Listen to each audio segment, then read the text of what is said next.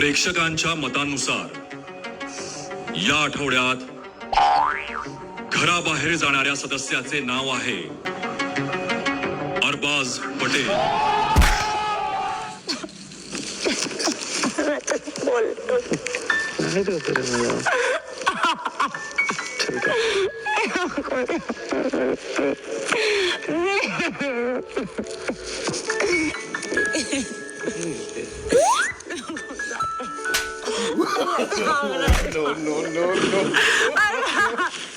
नको जाऊ please please नको जाऊ